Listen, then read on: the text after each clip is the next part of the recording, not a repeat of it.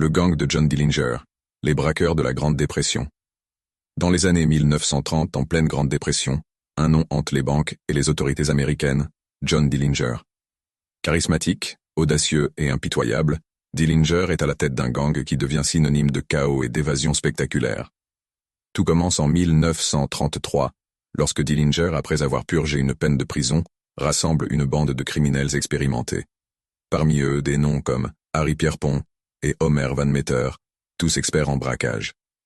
Leur objectif est clair, dévaliser les banques qui, pour beaucoup d'Américains ruinés, symbolisent la cause de leur malheur.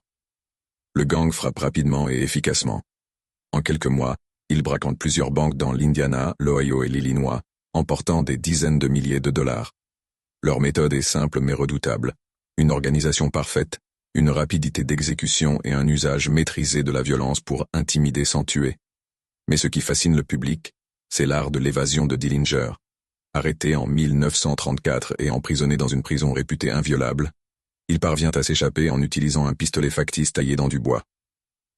Cet exploit, relayé par la presse, fait de lui une figure presque héroïque aux yeux d'une population désillusionnée. Le gang multiplie les coups, mais l'étau se resserre. En juillet 1934, après une dénonciation, Dillinger est piégé par le FBI à l'entrée d'un cinéma de Chicago. Une fusillade éclate, et Dillinger est abattu, marquant la fin de son règne.